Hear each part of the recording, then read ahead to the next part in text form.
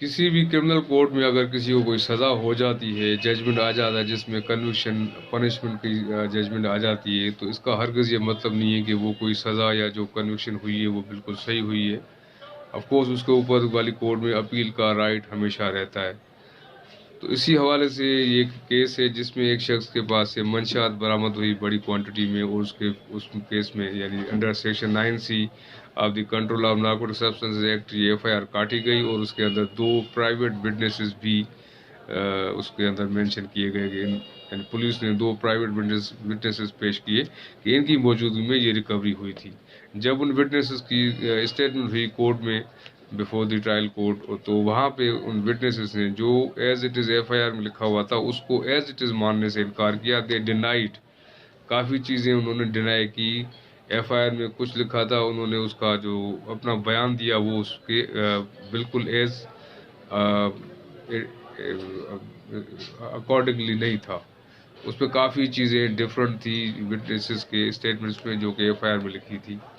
इसका सिंपल मतलब ये है कि जब एफआईआर में एक चीज़ लिखी है और विटनेस आके दूसरी बात कहे, तो मीन्स यहाँ पे क्रिएट हो जाती है कंट्राडिक्शन, और contradiction always creates doubt, and when the doubt is created it the benefit of such doubt goes in favour of the accused. मुल्जिम के हक में उसका जाता है बेनिफिट, कि जिस केस में भी डाउट क्रिएट हो, यानी अगर थोड़ा सा भी ये डाउट माइंड में आता है कि ये केस शायद झूठा हो सकता है, इस केस के अंदर ये एक चीज़ यहाँ पे ये कह रहे हैं, दूसरी जगह पे दूसरी चीज़ हो रही है, और मेजर चीज़ के एफआईआर में एक चीज़ लिखी है और विटनेसेस जो है गवाहान है वो कुछ और कह रहे हैं, तो भी ये एक बहुत बड़ा डेंट पड़ जाता है प्रोसिक्यूशन केस में, एफआईआर में ट्रायल इसका होते हुए बड़ा इसका बेनिफिट फिर जाता है straight away to the accused person.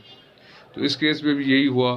और दूसरी इसमें एक बड़ी इंपॉर्टेंट चीज़ होती है कि जहाँ पे मंशियात की बात हो कि कई किसी एफआईआर में मुल्ज़मान से मंशियात बरामद की गई है अगर, तो उसका केमिकल एग्जामिनेशन होना बहुत ज़रूरी है कि जो भी रिकवर किया है पुलिस से किसी मुल्ज़िम से, आया वो वाकई में मंशियात है, चरस है, या कोई भी ऐसी लीगल सब्सटेंसेस है या नहीं। तो इस केस में भी ये हुआ था कि इनके पास से तकरीबन 12 मुख्तलिफ पैकेट्स बरामद हुए थे।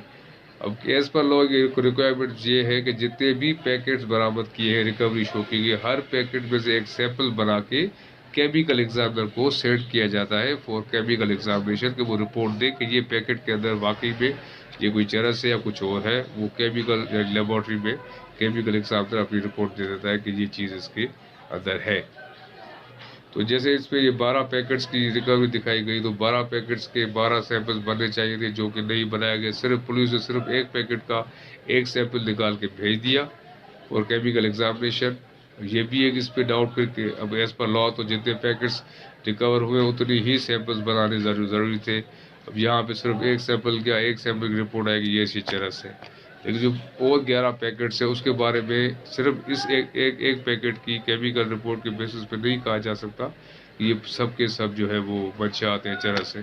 तो ये भी एक डाउट क्रिएट करता है प्रोसिक्यूशन केस पे।